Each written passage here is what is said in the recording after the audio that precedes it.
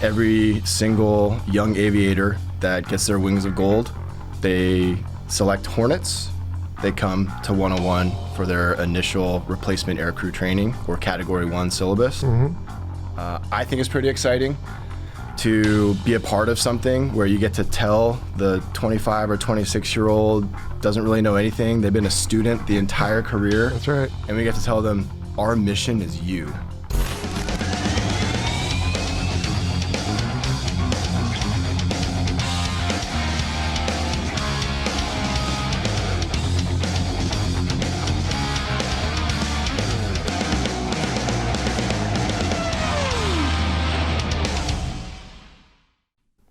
Hello and welcome to the Fighter Pilot Podcast. I'm your host, Vincent Aiello, call sign Jello, and joining me today in the Circle Air Group studios here at Gillespie Field in San Diego, California, are two officers of Marines. The first is Lieutenant Colonel Ryan Franzen, and the other is Major Erik Rheinhart. Gentlemen, welcome to the show. Thanks for having us, Jello. Good to be here. Yeah, fantastic. Well, you guys are here because we're going to talk about, let's see if I can get this right, Marine Fighter Attack Training Squadron 101. Is that right? Nailed it. It's not a strike fighter squadron? I guess that's a Navy thing? That'd be a Navy That's thing. a Navy. Yeah. That's a Navy thing. All right. All right, cool. Well, hey, for starters, and then we'll get into all this, what is VMFAT-101? You're now the commanding officer. I am, yeah. Let's put that to you. What is it? So you nailed it. Marine Fighter Attack Training Squadron. We're the only legacy, we call it legendary, F-18, C and D model training squadron in the Department of the Navy. So every single young aviator that gets their wings of gold, they select Hornets. They come to 101 for their initial replacement aircrew training or Category 1 syllabus. I think it's pretty exciting to be a part of something where you get to tell the 25 or 26-year-old doesn't really know anything. They've been a student the entire career. That's right. And we get to tell them, our mission is you. To make you the best Hornet pilot. We have the last weapon systems officer that the Marine Corps is going to make going through the syllabus right now. Okay. So that's kind of what we do. That's our mission, is to train and develop replacement aircrew. But with that, it's also to train and develop maintainers and push that talent out to the Fleet Marine Force for combat operations. Fantastic. Well, and we are going to talk about how much longer this is going to happen. That's kind of the point of getting you gentlemen in here and where it started. But first, let's get to know the two of you. So we'll start over here with you, Tucker. Where are you from? What got you interested in the military, and how'd you get where you are now? And then maybe just a couple highlights of some of your tours so far. Yeah. Born in Iowa, grew up in Bettendorf, Iowa, and went to school at Iowa State University. I was a ROTC commissioning source, and then made my way through the Marine Corps training pipeline, ultimately through VMFAT-101 as a student, circa 2009, and then out to the fleet from there. And I was fortunate. I stayed there at Miramar, went down the street to VMFA-232 for a tour with them, and then up the road to Camp Pendleton for a air officer tour as a forward air controller. And then, as fortune would have it, the Marine Corps kept me back at Miramar, back to VMFA-232, and then from there, down the street to VMFAT-101. So I've spent all my time in the Marine Corps down here in Southern California. Not bad. By the way, you're welcome for this gift of Marine Corps Air Station, Miramar. Yeah, we appreciate that. Yeah, well, I wasn't part of that decision. It's a good trade. But anyway, all right, so how many Hornet hours? About 1,800. Okay. How many traps? Doesn't sound like you, because the 232, right? Isn't that 232? I was UDP based for all that, or land based, I should say. So deployed part of the unit deployment program out to Japan, did a Operation Inherent Resolve deployment as well. And then, so as far as 10-day, 6-night traps? That's about it. That's about it. That's like a unit of measure for naval aviators. But that's good. You saved yourself a lot of pain. All right. Cool. And now you're the operations officer over there. Yes. Okay. Correct. Cool. Yep. Well, we'll get into maybe a little bit of what that's like. But Yoshi, same question to you. What got you started? Where'd you go? And what have you been doing? Yeah. So I'm just from up the road, Poway, California. Okay. And I guess my dream, my passion for aviation started the first air show I went to back when it was still a naval air station, Miramar, and saw the Blue Angels fly. That kind of got the dream going. And Well, fast forward, also did ROTC. I went to UCLA and I knew I liked you. Was Marine option at UCLA. Excellent. Got aviation, went through the same training that Tucker did, went through 101 myself back in 2005. And then I was West Coast Hornets several times as well.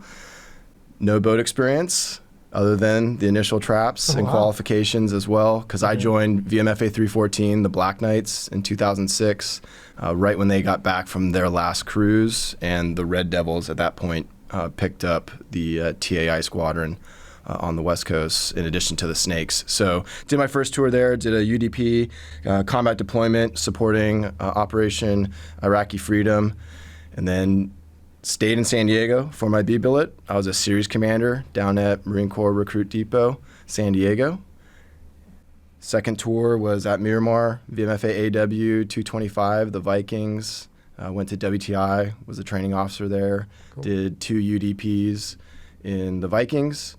And from that, I would say the reinvigorating or my sustainment billet, if you will, was getting selected to do the Marine Corps Personnel Exchange Program and flew the Typhoon with the Royal Air Force out of Scotland. Nice. So it was with 6th Squadron, the flying can openers for there. Was their OCA or their Director of Operations, and had the opportunity to get the squadron ready for their first combat deployment in that aircraft in support of Operation Inherent Resolve. And then that's where my career crossed paths with Tucker for the first time. So I came back from my DH tour from that with the Red Devils. So again, Miramar. And then following my department head tour with the Red Devils, we did 2 UDPs during my time there, and then went to the Aviation Hallway. So did a tour in the Pentagon. I was the F-35B and C capabilities officer, and also in charge of the air-to-air missile portfolio for the Marine Corps. And while I was there, I had the best phone call ever, finding out that I was slated for command of VMFAT-101, and here we are. Fantastic. Yeah, that must have been a good feeling. Cool. How many hours in the F-18? So I'm around 2,300 hours in the F-18. Nice. Good. All right. Well, that's cool. Appreciate. Did you tell us how you what got you interested? No, I didn't. I missed that. I skipped that part. Yeah. I grew up not a military family. Dad's an airline pilot, mom's a nurse. But so aviation was there, kind of present throughout childhood, and got my private pilot's license when I was 16, and just was going to probably some of the same kinds of air shows, and aviation was always a thing, and then military service and aviation intersected going to ROTC. So okay, quick sidebar then, apart from VMFAT-101. So you had your PPL when you came into flight school? I did. So was that was that a thumbs up or a thumbs down? I mean, because people ask me all the time, because I have this show, hey, should I spend the time and money? So yeah, study show. I don't know. You're one of one here, but what was your experience? And to be exact about it, I did PPL and then instrument ticket. Oh, wow. And that was about all I got done with prior to getting into the flight school aspect there a few years before. I'd say it gave, there was some knowledge there. It helped out with at the time, the aviation test, the ASTB that we took there. There was some knowledge that was easier to pick up. And then maybe a little bit through primary. I'd say very much so by the time intermediate came around, it was all evened out. Okay. So, but like when I was coming through, barely had any civilian experience trying to figure out keying a microphone and what to say. Those things. Your stomach is settled. You're not worried about air sickness. So some of those basics were a little easier in the beginning. Yeah, I would say probably helped somewhat in primary, but mileage may vary for each person. Well, that's the point, is people ask, and I say, well, definitely get some, because you don't want to find out you just can't get over the air sickness or something, So, and I think they take care of that now with knife or whatever. Yeah, knife. Yeah. Okay. Cool.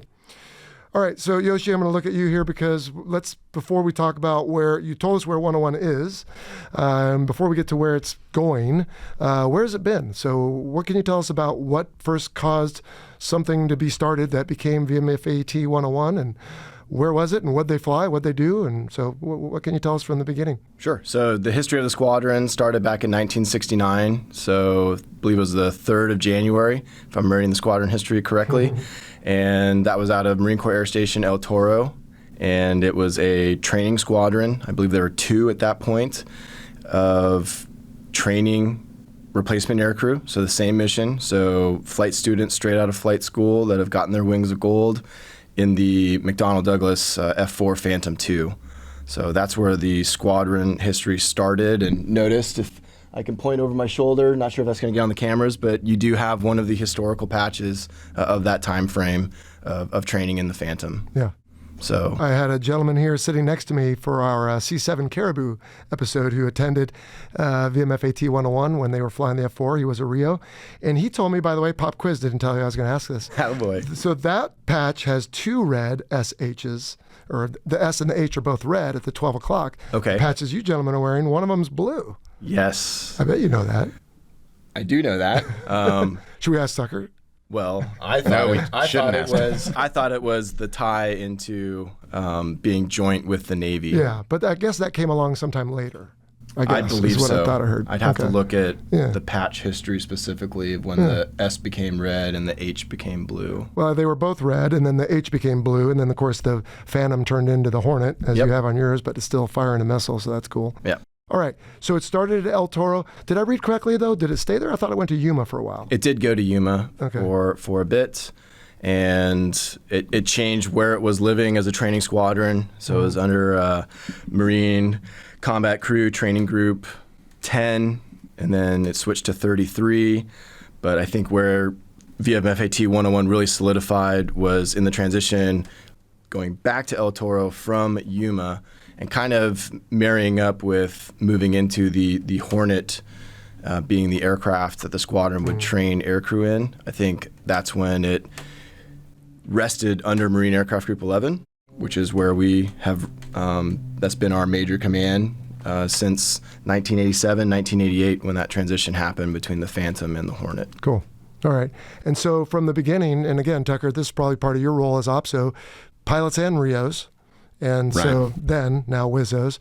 And so do they go through, like, how does that work? Do they go through a parallel syllabi, or do they get paired up? Or what was that like for the first, because I guess it was, what, F4 from 69 to mid-80s or something? Yep. Yeah. And then Until 1987. 87, and then Hornets after that. So we could talk in a moment about the plight of NFOs in the Marine Corps, but what was it like when they were more prevalent than they are now? Yeah, so I used my experience going through.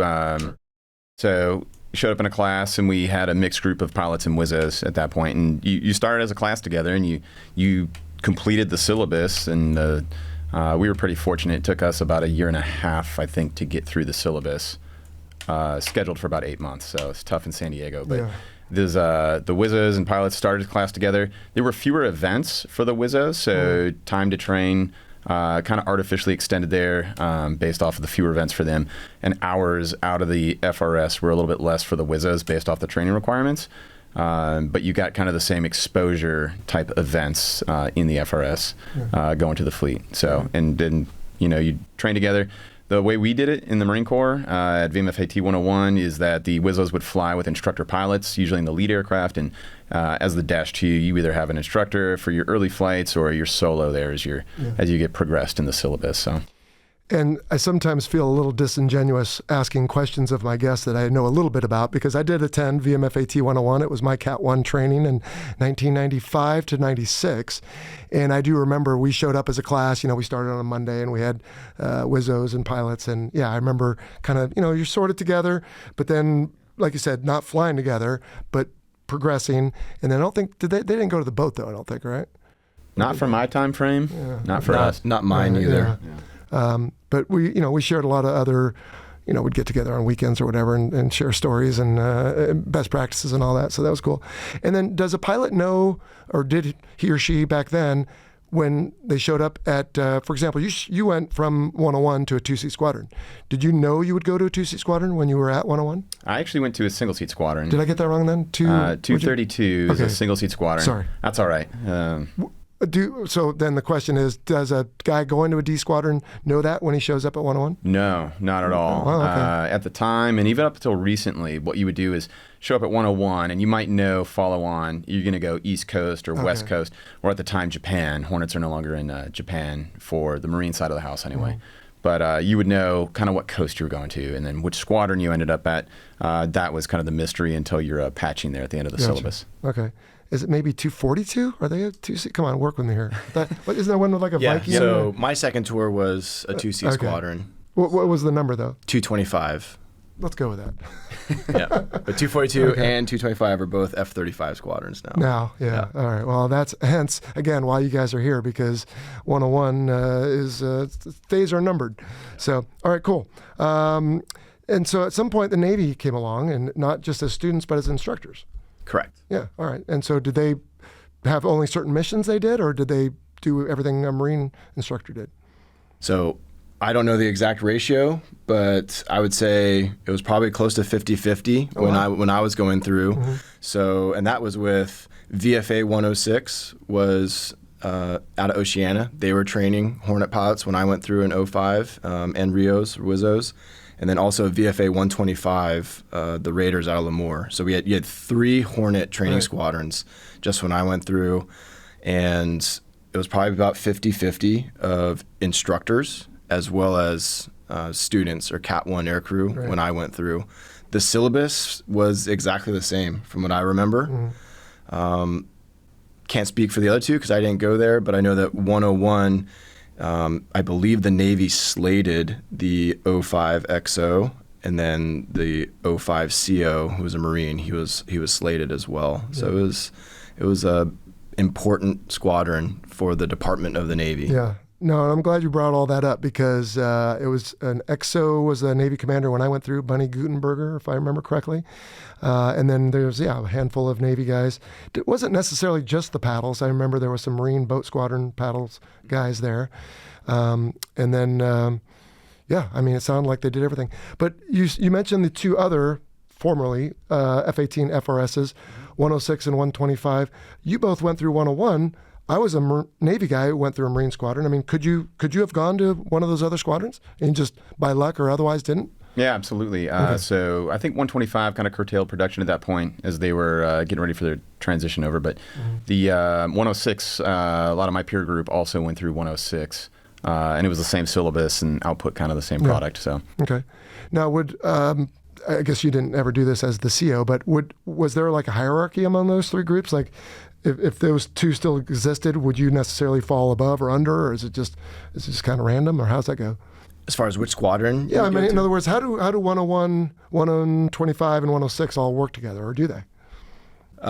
Well, they work together. Well, now we're on our own, but to my understanding, VFA 106 was the program manager or the model manager, so they own the syllabus. Clearly, they would want input from 125 and 101, but they own everything. So NATOPS change, whether it was Big Blue Book or the Pocket Checklist, that would be a 106 initiative through the NARG and the ENARG, all those conferences. Don't ask me what those acronyms are. So getting with PMA and TICOM to make changes, safety-related changes, courseware changes for training. And so as a student, I think getting back to your original question, I think as a student, there wasn't hierarchy.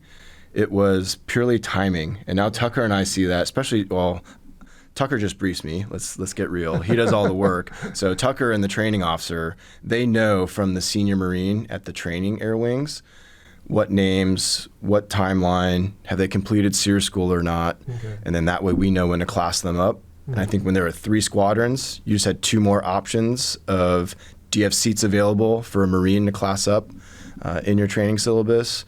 And orders are orders, right? Yeah. So you just go. Because 2 of the new guys that I checked in my first squadron, 314 with, they started flight school after me and got to 314 the same time, because 125 they went through 125, and 125 was just training a little bit faster because I think they were a little bit smaller, so it was just quicker. Yeah.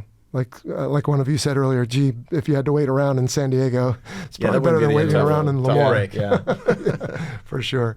Well, I call my year at El Toro the best year of my life, because I'd gone to UC Irvine for 2 years before I transferred to UCLA, by the way. Was Donna Tenerelli still there? Yes. Oh, Donna. Wow. I think she finally retired, but if she's listening, Donna, we love you.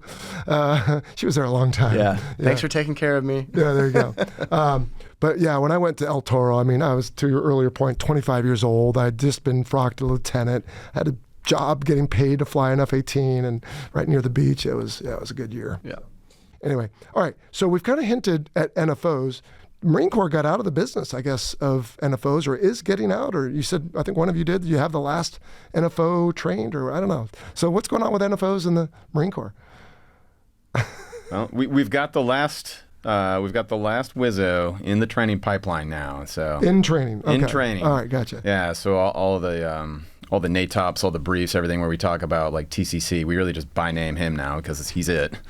And but we do have Wizzo instructors on the staff as well. So obviously, we got the last coming through the pipeline, and as they echelon out and move for lateral move, different careers. But yeah, so that's feeding the fleet squadrons, which on the Marine Corps side, what we've done is composited the fleet squadron. So rather than single seat squadrons or 2-seat squadrons, we've actually you take about 8 jets or so, single seat, and 4 more that are 2-seat. And then instead of like a staff of 19 pilots, in a single seat squadron, now you've got maybe like 15 plus like 5 Wizzos. Okay. Plus or minus. But that won't go to the boat necessarily, right? Like the D has never gone to the boat. Not But that I mean, that except for CQ. And I always wondered why that was, by the way, because maybe fuel state's coming back or something. Maybe a discussion for another day. All right. So, and then, like, let's say you were an NFO, and how many years in are you in right now? I'm at 15 years. So, I mean, these people in your year group, they're not going to just like see you later. Right. They're going to hopefully have some sort of options to go do something to make it to retirement, or at least have a good career, I hope. Yeah, absolutely. Yeah. So I feel like the transition plan, the TAC Air transition plan, which that means Hornet and Harrier going away, and F-35, both the B and C model, becoming the main effort. That plan has been communicated by DCA, Deputy Commandant of Aviation, like for a long time.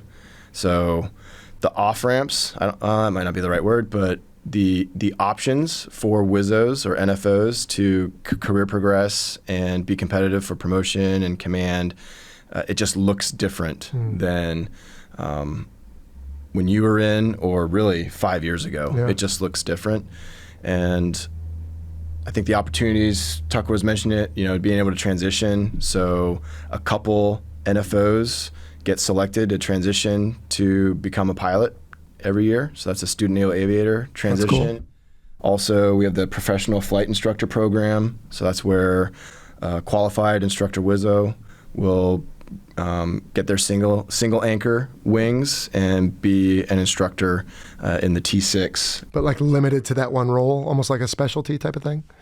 Correct. At the moment, that's where it is. I think the important thing is like there should be more career opportunity. If you can master the T6 and the T45 and you're a pilot, then you should be just as competitive to take over one of the VT commands at 05 command level.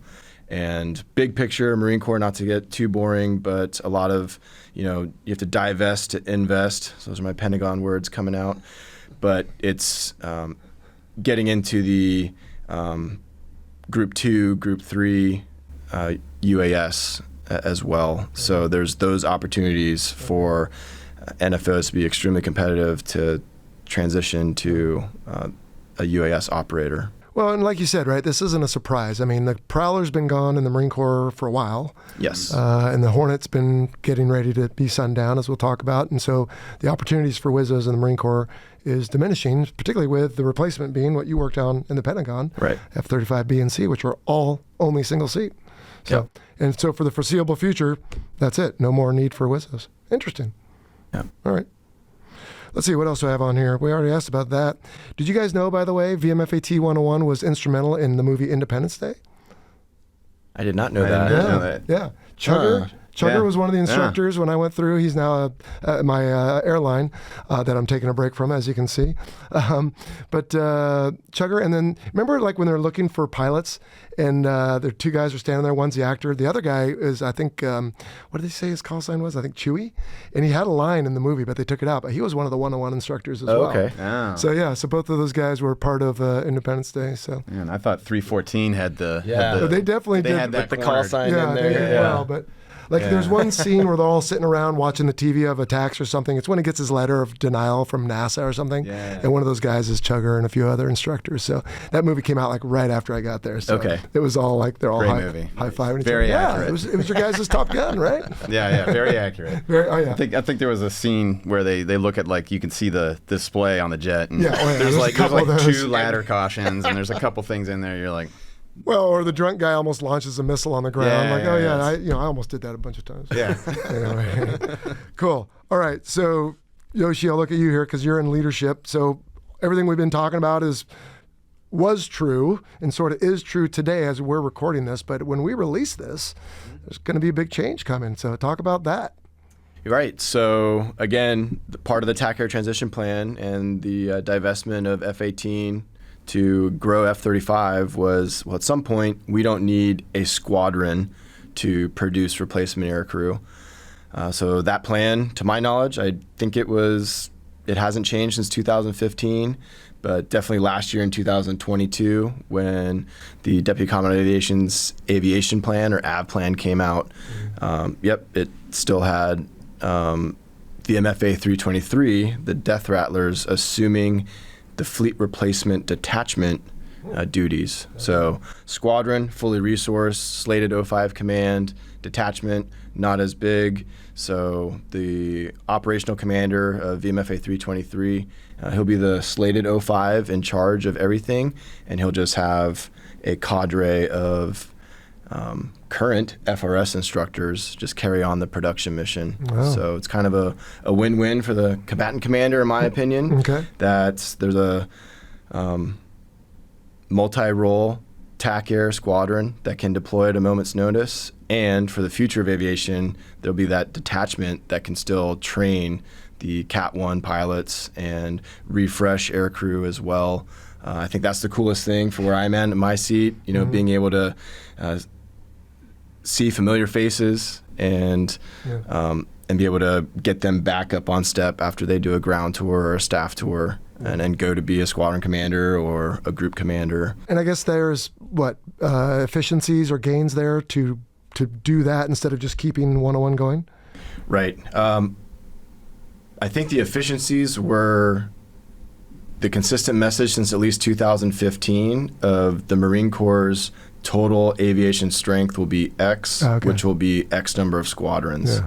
So that's why the plan has remained, because Congress has been briefed. The Marine Corps will have X number of squadrons. All right. And that's how the transition plan is just going.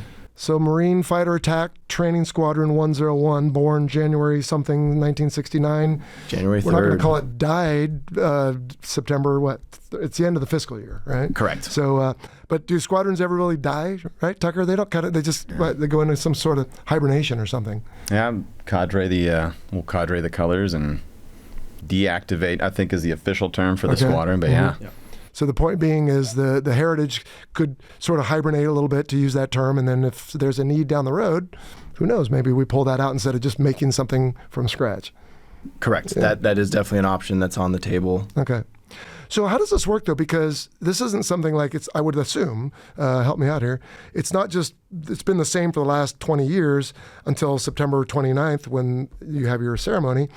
I got to think it's been sort of phasing down. I mean, are planes going away? Are people going away? Are the students slowing down? Or is it all the way up to a cutoff point and that's it? So there is definitely a phase down. Back me up on the numbers here. Well, I mean, over to you how technical you want to get.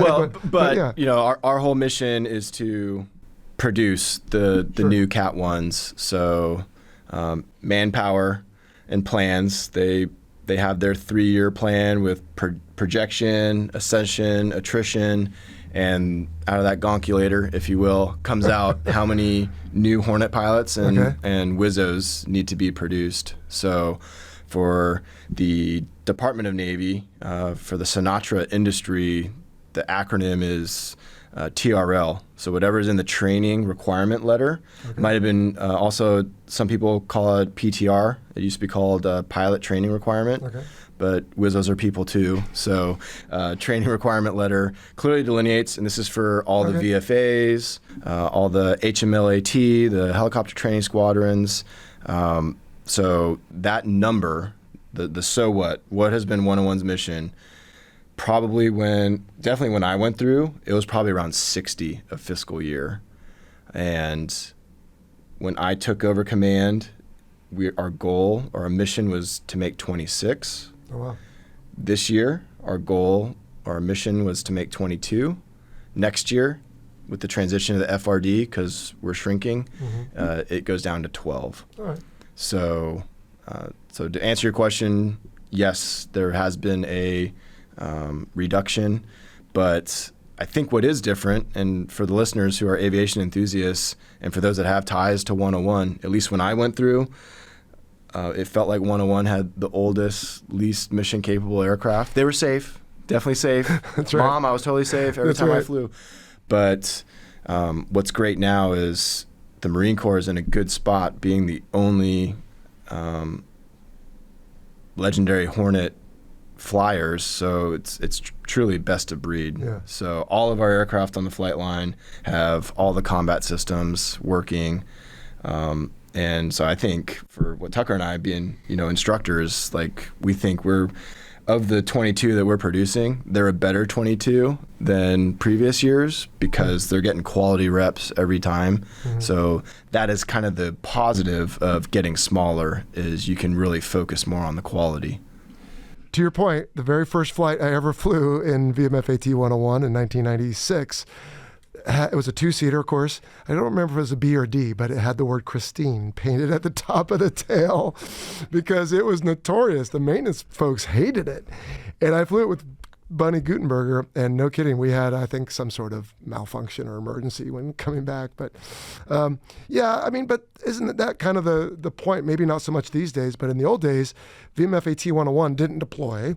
So you always had available, theoretically, people and parts and airplanes, so that when someone was deploying, they're the priority. Oh, we'll just help ourselves we need a particular person with a skill, or we need a FLIR, or you probably don't ever see FLIRs in the old days. But so that probably happened quite a bit, but it sounds like it's pretty good now, huh?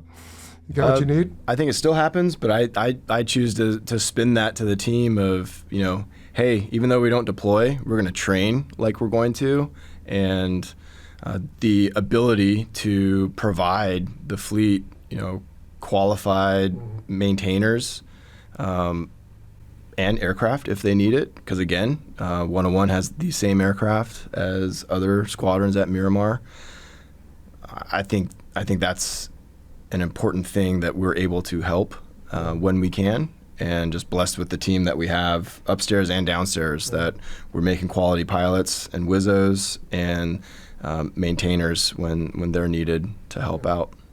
By the way, you said C's and D's earlier. Are the A pluses and multiple pluses and everything else, are they still around? You just kind of lump them in, or are they all gone? So our roles are just Charlie and Delta. Huh. I believe. What are the Cowboys flying? I think they're C pluses. Okay, if I remember right. C plus. C plus. Okay. Yeah. There was like an A plus for a while, A plus plus, A plus plus, yeah, and then just all the signs. Well, so to your point, Yoshi, so in 2003, believe it or not, doesn't seem that long ago, 20 years, I deployed on the last FA-18A, straight A, like no AMRAAM deployment with VFA-97. Wow. And we had something happen to one of the airplanes, so we borrowed from NSOC at the time, now Nautic, okay.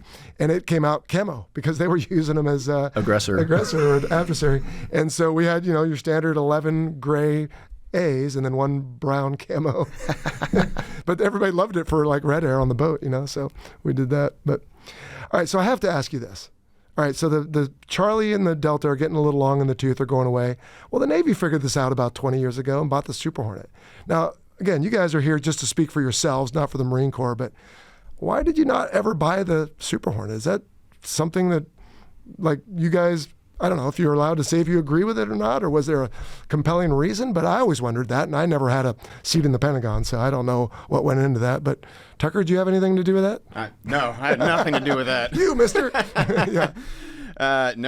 No. In fact, I don't know. If it was me, I feel like we'd have Super Hornets right now. Really? And even going forward. But again, this is just a personal opinion of one guy. So I think the Navy made a wise investment in that airplane. I think it's a very capable airplane, even going forward. Yeah. So. Well, and it would have kept, like, for example, what are y'all going to do now for FAC A? Are you going to have single-seat FAC A in the F-35? This is just, again, one personal opinion from the sidelines is that's probably going to be difficult to do. Yeah. I think that 2-seat crewed cockpit FAC-A capability it's so great because it is a crewed cockpit. Yeah. And they can task share in a big way there. So. Yeah. Now, the F-14 was good at it. I think we keep F-18Fs partly for that reason, not only, but that is the one mission that the F does that the E does not. So yeah, I always wonder why didn't the Marine Corps buy them? I have to think maybe some politics or something, not nefarious, but I don't know what else to call it, got involved. But yeah, I mean, what I heard, because a lot of my mentors, department heads in my first tour, I'll just throw out some names. They might be fans of the podcast. So Bubba Bolton, Chip Burke, I know both those guys. Mo Vaughn, him. Shrek Sullivan, Heed Dennis. So I know from listening to them at their level when they were majors and I was the butthead new captain, there was definitely a push for Super Hornet. So this is back in the 2007, 2008 timeframe.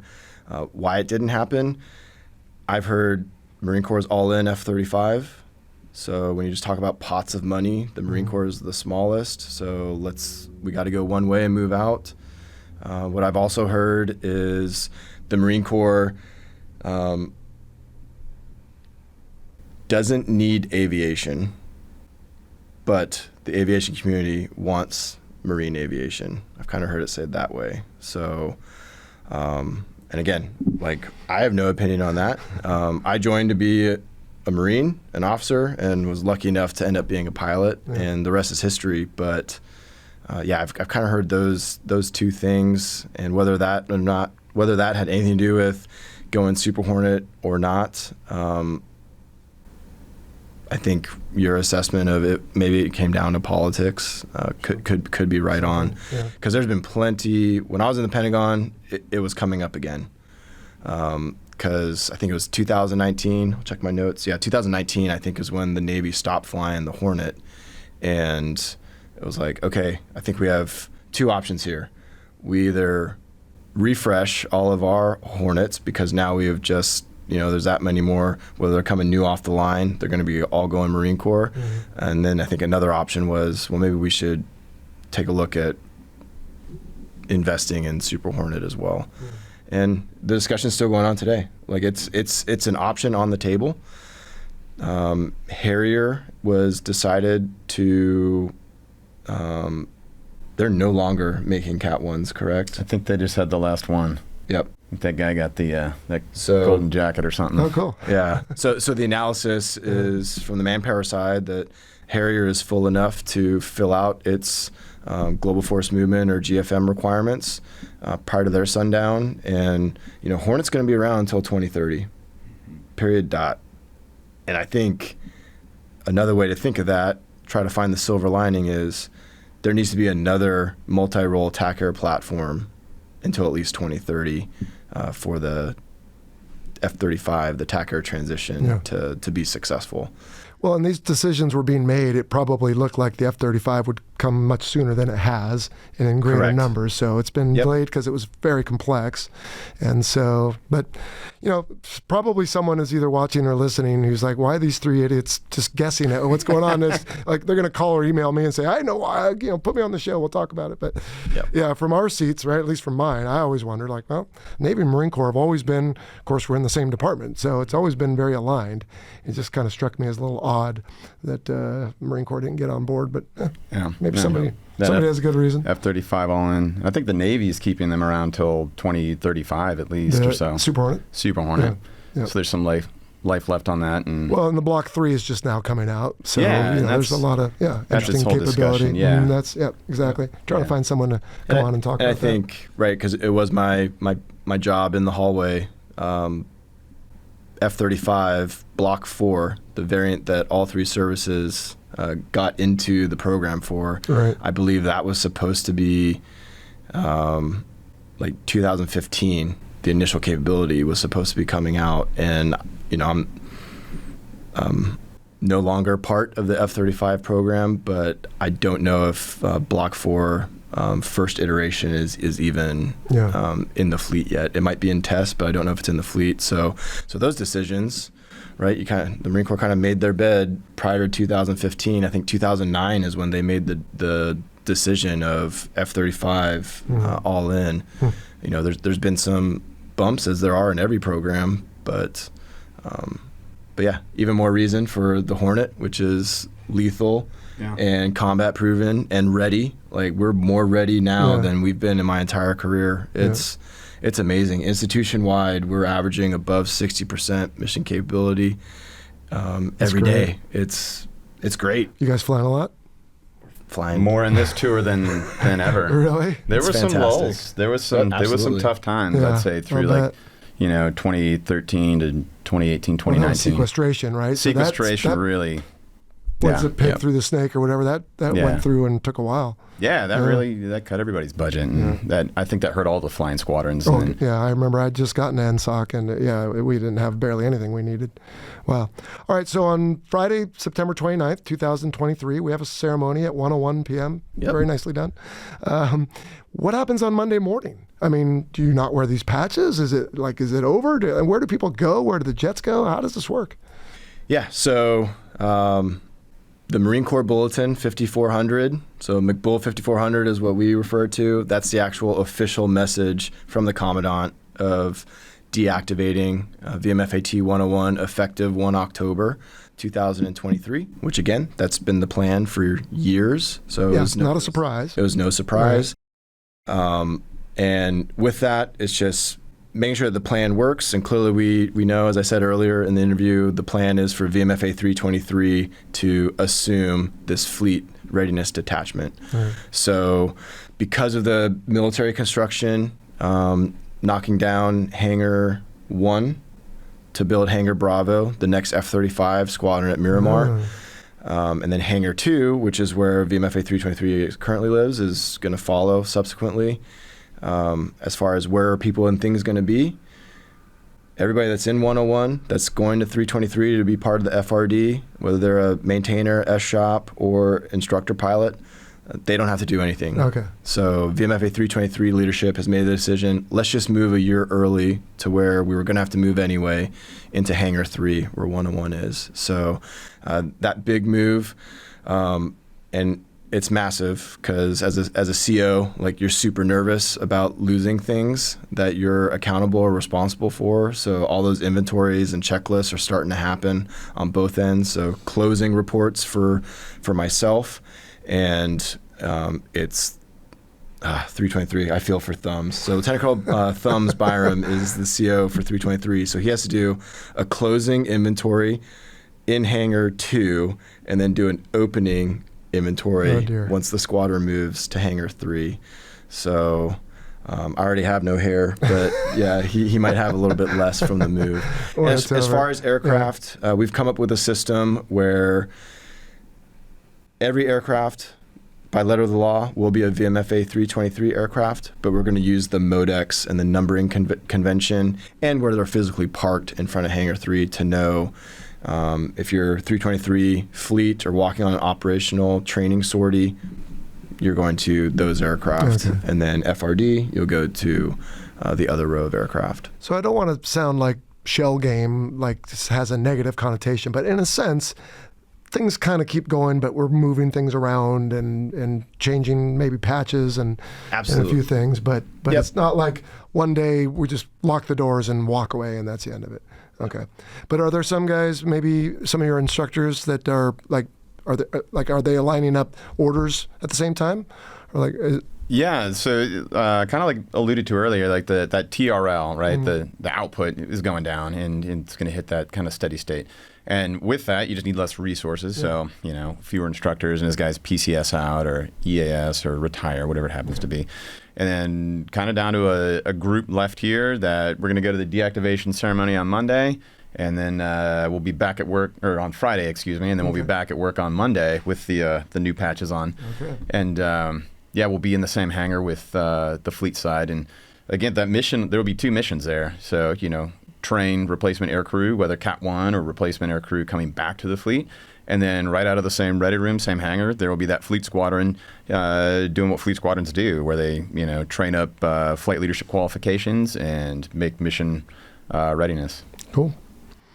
All right, guys. So I have some listener questions. Some of these we've already answered, actually. I'd like to put these to you, if I may. These are from folks who support the show, which is great because it does take a little bit of resource, and so they come along and help us on a website called Patreon. So the first one, and again, if we've covered it, we can make it a lightning round. But George Bravo, who asks a lot of questions when I tell him I've got these interviews coming, he says, with the Marine Corps being big on history and legacy, do you see a future where the Corps cases one of the other two F-35 FRS squadron colors and uncases VMFAT-101 colors in their place? But I guess that suggests not just could we pull it out, but would we replace one of theirs? But they're already going to have their own legacy, right? So I don't know. What do you think of George's question? Yeah, the paint just dried on the walls in their hangar, so I don't think They'll probably stick with their colors. They got to stick with it. But if there was a need down the road, some new airplane, and we already talked about this, but 101 could come back. It could. Absolutely. Yeah. Deactivation doesn't mean done, period, dot. I just think the version of the AV plan, the aviation plan that is of record right now, it probably only goes out to 2045. Yeah, something like that. So there's obviously going to be marine aviation beyond the year that's currently on the AV plan. So is it possible?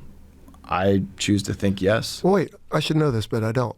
Is there a Marine fighter attack training squadron for F-35C? I know there is for B. There is not right now, but I believe in the transition plan, VMFAT-502 at Miramar, at some point they will pick up a dual BC training role. 502 is like a F5? Is that one of those? 502 is the West Coast F-35B squadron, a training squadron. Two F-35B FRS. I got you. Yep, Okay. one in Beaufort, 501, and... Okay. So they could theoretically pick up, like switch from B to C, or just pick up I think that, I think that was the plan, but...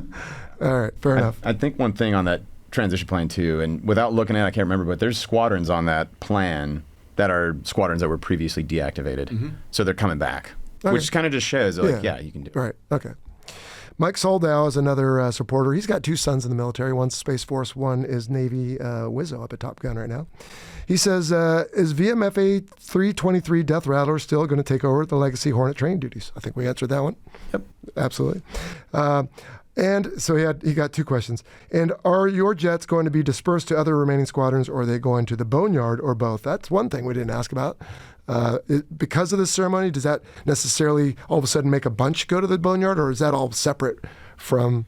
Yeah. I think I saw the plan for that the other day. They're spaced out. Okay. Every once in a while, and then so not related to the sundown. No, but just some have to just go. Just every some once have in a to while, go. Yeah, not at all. There's an official term for it, but everybody knows it as the stubby pencil. So PMA, TICOM, and all the maintenance officers get together and they plan out the next few years of moves, whether that's AMARG or going into a long-term down, PMI, phased maintenance at one of the FRC installations.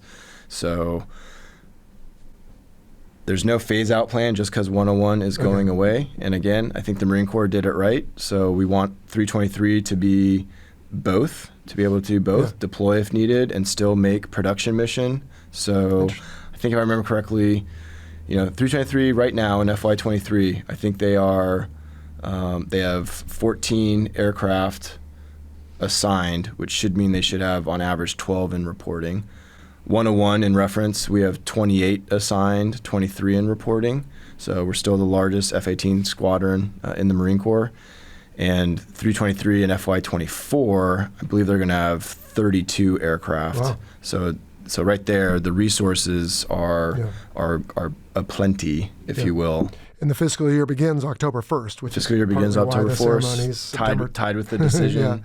Okay. And so I think you asked, we didn't really get to it, but on Monday, October 2nd, we will all wear different patches and we will check in. But we're doing that out of respect for the legacy of 101. Sure. So, what I tell the Marines and all the other officers is like, hey, let's choose not to think this is a bittersweet day in the history. This is just a sweet day in the history where we get to honor the legacy since 1969 of the Squadron. And not a plug for the air show, but if you're coming to the air show, we're going to have some of the new patches that the FRD is going to wear, and it's a historical patch from 101. And we are not making it an official patch. We didn't want to go that route, but it's a historical 101 patch where it's a shield that has the Eternal Flame of Knowledge, a book, and then the fighter jet aircraft on it. And we just changed the green that was on there to brown to match the Death Rattler colors. Well, unfortunately, by the time people hear or watch this, the air show would have been over. in the past. But are they going to be selling those? Because I'd like to put one on my panels behind you there. We'll make sure you get one, Jello. Oh, thank you. That's good of you. All right. Jim Gundog is another gentleman who supports the show and asks good questions when I tell him. But this one's not a question. He says it's more of an advisory. I was in a unit, says Jim Gundog, that deactivated, and a lot of inventoried items started going missing as mementos and souvenirs. You already talked about this. I recall our CO, which was signed for a good bit of it, being called to account in 100% room inspections looking for stuff. So sounds like you guys got in front of that. We have, yes. Everything is inventoried and everything accounted for. All right, Michael Tench, were you able to determine the design of the Cagbird when you took command? So I guess this one's for you, Yoshi. I did. Really so the previous CO, Colonel Corky Miller, he reached out. We knew each other. We had our careers overlapped a couple times. He was my favorite instructor, in fact, when I went through 101 as a student. And so he called me, congratulated me right away, and then he was like, "Hey, like the Colorbird, the Cagbird, it's in the paint shop right now, and I just want to offer you the ability to, have some influence because we're probably not going to paint another one, knowing that the Squadron was going to send down." So I mentioned to him, I was like, "Well, the guys might not like it, but my first Squadron, 314, our Colorbird was shades of gray and black, digital camo all over the aircraft." And he's like, it was like a scene from the movie Friends where it was like, "Do we just become best friends?" Because he's like, "We literally already have that on the spine of the aircraft. Oh, wow. That's already the plan." And I'm like, then, I am 100% good with what you're going with because I always thought that jet looked really good. Sweet. Good. You guys had a serendipity there. Yep. All right, last question. James Logue, I hope I pronounced that right, James. As a leader of a training squadron, what are some tips for someone transitioning to a new airframe? So before you answer that, for the last year or so, and maybe part of this is for you, Tucker, did you have people coming from anything else? Like when the Prowler went away, did some of the pilots and Wizzos come over? And if so, then his question is, because, I never thought of myself as a transition student when I went to 101 because I was just still learning everything. But for somebody coming from something else, did that happen? And if so, what were some tips maybe? Yeah, we've seen both Wizzos that came back, went through flight school, got single anchor, and then came through the FRS. Okay. And for a while there, we were seeing Prowler pilot transitions. Okay. And that's pretty much done at this point. They perform well. And coming to a new aircraft, it kind of was one of those, like, they've learned the mindset, the pace of things happening, the basic airmanship, and then a lot of the times it's new systems. And, not personal experience, but talking to guys who go over to the F-35, flying the airplane, for them is very easy. It's kind of learning the tactics and the mission subsystems. I'd argue it was kind of the same perspective, seeing people come from other platforms to the Hornet. The jet's very easy to fly. As you know, and it's just learning the employment of the aircraft is the trick. That sounds very similar to when I went to the airlines after retiring from the Navy. It's, pull back, right? Houses get smaller, push forward, they get bigger. All that's the same, but what is this company's MO for the way we treat customers or pushing off the gate or whatever? And it's just a factor of learning that. And it's not that hard, it's just new and different. And so once you learn it, then you can execute it. But let's see. As a leader of a training squadron, so I have to ask you this one too. It's the same question though. Some tips for transitioning to a new airframe. Yeah, well, I guess I had some personal experience on the exchange tour. So if you are transitioning, if you are the transitionee, is that what you would call it? If you're transitioning, let's go with that. So if you're transitioning, I feel like what you can control walking into the new aircraft, the new training, is you can control your reputation, you can control your work ethic, and then having lived it, I would say make sure that you are getting the level of training as if you didn't have a reputation or the foundation of another type model series to fall back on.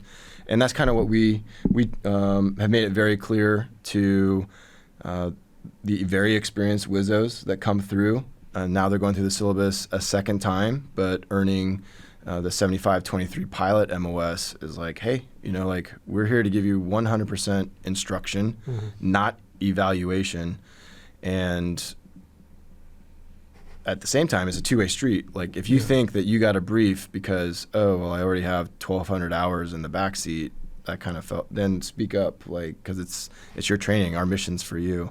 But yeah, to answer the specific listener's question, I think from a leader, it's just setting the foundation of the expectation that everybody's going to receive the same amount of training. Yeah. Whether you're transitioning, whether you have a ton of experience, or whether you have just the baseline experience coming to the squadron. It comes down to what our coaches all told us when we were kids, right? Attitude and effort. Yep. If you've got those two things, you can get a long ways. You can go a long ways. Absolutely. But I can't imagine too many Prowler pilots coming over to 101 like, well, in the Prowler community, we did it this way. That's probably not going to get you too far, huh? No, not until you get to like some EW, electronic warfare. Oh, there you go. Then you're like, oh, okay, nice, thanks. Yeah. This guy's going to be the harms me. Yeah, exactly. Yoshi, you said you flew the Typhoon? I did. So compare those, like Hornet, Typhoon. I mean, I don't know, compare, contrast maybe. The Hornet's my baby, so not gonna betray so the her. Typhoon was like a fling kind of thing. Yeah, the Typhoon, but it was a phenomenal aircraft. Yeah. I enjoyed the experience. It was new.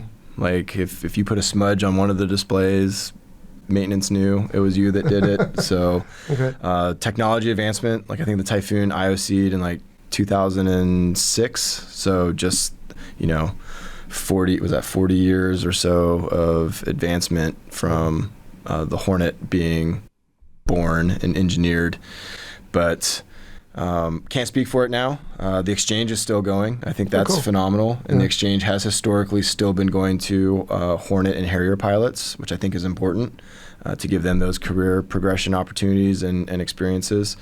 But yeah, I think even on my worst day in the Hornet, I could beat myself BFM 1B1 in the Typhoon. You're reading my mind, because that was going to be my question. Yep. So really? the Typhoon, it had over 20,000 pounds of thrust in each engine. So more thrust to weight than the Hornet did. So it could cover up mistakes. Oh, okay. But there's science, but there's also the art of being able to dogfight. And I feel like the Hornet and its high alpha, slow maneuvering capability just can't be beat. Yeah. I haven't listened to my own shows in a while. It's difficult to, but I seem to remember our Typhoon guest, oh gosh, I'm even drawing a blank on his name suddenly. Enzo, maybe? Anyway, I remember him saying something like, if you flying along at 150, but plug in the full burner, it accelerated pretty well. Yes. Was that? Okay. Yep. Yeah. So the Typhoon could super cruise. So just nice. Mill power, block 3, climb to block 4, no problem. In the Hornet, there's you're putting in some effort to get up into the 40,000 regime. And the Typhoon would not slow down. Wow. That was the thing. Whereas we know with the Hornet, it has great power, but if you need it to slow down, stop on a dime, you can do that too. Okay. So on that note, I didn't tell you I was going to ask this, but it's not a hard one. Okay. You've got every lot and block out on the flight line, and you're going to go, let's say, BFM. What would be your, what jet would you want? Like a lot 15? Like newest, not first with EPE, but light? Or would you because you guys even had some lot 21s, I want to say, right? Yep. Or would you take maybe an A? What would you take? Yeah, I think I'd take a lot 12-ish. Really? 402A. Wait, they didn't put 402s in the or 12? The A+, yeah. Oh, okay. Oh, they backfitted them into the... Oh, okay. How about you, Tucker? Yeah, just give me the oldest one. Yeah. The oldest? Yeah. The least amount of stuff. Monochromatic displays and everything? That's the one. Yeah. I always said nothing in it. the Fishbowl. Yeah, the Lot 15, the new. I never flew. I don't think the older, newer engine one, but Lot 15. Although I did fly one of the Lot 21 Charlies. That was pretty special. My last job was at the depot, and we would deliver them to you guys sometimes. And yeah, those things were pretty cool. Yeah. So good times. Yeah. All right. Well, gosh, I mean, we're just about wrapped up, but what's the future for you guys? We'll start with you, Yoshi. So, I mean, you're going to put on different patches Monday, and you can stick around, or you on to your next thing? Or I'll be putting on different patches. I don't move until the summer. Okay. So, be staying at Mag 11 and be an instructor pilot at the FRD. So, that's the current plan. But, I mean, are you getting, like, compared to someone who could have gotten a good, I don't know what you guys call it, we call them fit reps, is this, the fact that you're there at the sundown, is that sort of hurting you just by no one's fault but timing as far as your progression? Okay. No, so I don't think it's hurting me, but yeah, so for family, I've decided that this is my last set of orders anyway. Okay. So, I'll be at 22 years, so I am going to retire. So leadership has known that for a while now, but... No, 101 was my first choice in the command slate, so I'm super pumped that I got the opportunity to be a part of the illustrious history of the squadron, and yeah, just really excited to make everybody who's been a part of 101 happy and proud on the 29th. So that's my main focus. You'll have a key role in that, I'm sure. Yeah. Yeah. So, how about you, Tucker? What happens on Monday, or I mean, you're 15. You're gonna stay to 20 or more? To be determined what works out with that. But as far as Monday goes, show up back to work, still doing this. It's an awesome gig. Okay. Training at the FRS. Since I got to 101, it's just been one of the best opportunities I've ever had. Getting the opportunity to work with Cat 1s and then come back. I'm going to do that for another year. So kind of hit that mid-2024 and reassess. Hope to get the call that he got. I mean, how far away would something like that be? Good question. Good question. I mean, not saying if it's definitely going to happen, but if it were, like, are you a couple years away or? Not? It'd be a year or two away at a minimum, and kind of like Yoshi alluded to, like it's a family decision what we decide to do next year. So yeah, true. We have some talks ahead of us to figure out, but at least for the next year, get to do this, which is just awesome. Good. All right. Cool, guys. Well, this has been a great discussion. Like I said, I have a special place in my heart for VMFAT-101. It's been good to me. It was then, and just being up the road was fun, too. Always good to see it at the air show or whenever I'm on Miramar. Skipper, we'll put it to you, I guess. What did I not ask you, or what are some final closing thoughts on VMFAT-101 here as we approach sundown? Jello, I think we covered everything. I think for all the listeners out there, the important thing is... nobody's sad, nobody's bitter about the squadron getting deactivated. There's the glimmer of hope that just because it's deactivated, it could still come back in future years, future versions of the aviation plan. I think the important thing is the mission doesn't stop. So the fleet replacement detachment is going to carry on for at least the first year, hopefully first 3. It's going to be the same instructors teaching the students. But looking forward to being able to honor the squadron and execute the deactivation ceremony with class, and also remembering that we're a fighter squadron and we're all about flying. Good. Well, as one of your products, dare I say, way back when, I'm proud to attend that ceremony. And like I said, I enjoyed being there. So that's great. Good stuff. All right, guys. Well, I can't let you go, though, without asking about call signs. Viewers and listeners love call signs. Erik, Rheinhart, Tucker, we'll start with you. How did someone come up with that? Yeah, I think it was just a doppelganger moment. So anyone's a Ben Stiller movie fan might have watched something about Mary. There's a character in that movie that you might pick out where Tucker comes into play. Okay. So I find in those kinds of stories, it's a big factor of when you come in, because when that movie is sort right. of, right? Because totally. had you come in 20 years earlier or later, that movie, well, obviously before it came out, it's a dumb thing to say, but the point is, it's sort of a generational thing. Totally. Like there's a bunch of old guys with call signs from Animal House. So anyway, cool. All right, good one. All right, how about you, Ryan? Let's see, Ryan Franzen, excuse me, Yoshi. Yep. So right out the gate, nothing to do with the Nintendo character. No? but I am named after. It is a namesake call sign. So the suspense was built by the Ready Room when I checked into 314. We knew we were going to UDP, and one of their favorite restaurants in Okinawa was called Yoshi Hachi's sushi restaurant. And the owner, the sushi chef, his name is Yoshi. And when we finally met, we took a picture, and the call sign just stuck from there. So all right. That is Yoshi. But what's cool is, I can change the story slightly with my kids, so they totally think I'm just a green dinosaur. Nice. Well, if they're of age to enjoy those games, I hope you do, because they're fun. My kids always destroyed me at Mario Kart. Yeah. I was always 12th. It's terrible. But the nice thing about being 12th is you get the little bullet, and it speeds you up. And if you get it at the right time, you can finish well. Cool. All right, guys. Well, we did allude to this earlier, but the fact that you're both sitting here in uniform, I think it's worth mentioning for anyone who's watching and listening that, and if you agree with me, you can just say so, but you speak for yourselves as Ryan Franzen and Erik Rheinhart. You're not speaking for the Marine Corps or necessarily VMFAT-101, although that's kind of hard because you're the skipper, but point is, you're here on your own volition and you're speaking for yourselves, yeah? Absolutely. Yeah, correct. Yep. Okay, fantastic.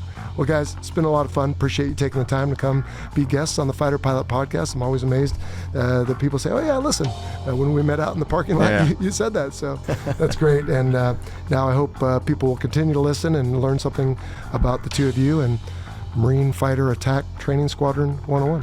So thank you both. Yeah, thank you, John. Hey, thanks for watching this episode of the Fighter Pilot Podcast. I hope you enjoyed it and learned something new. I still do every episode. Now, as a quick reminder, we try to explain all the jargon, but in case you missed something, head on over to fighterpilotpodcast.com, where we have a glossary of all the different terms we use. And while you're there, check out some of the cool merchandise that we offer. For additional content and to help support the show, please go check out our Patreon page. We'll see you next week.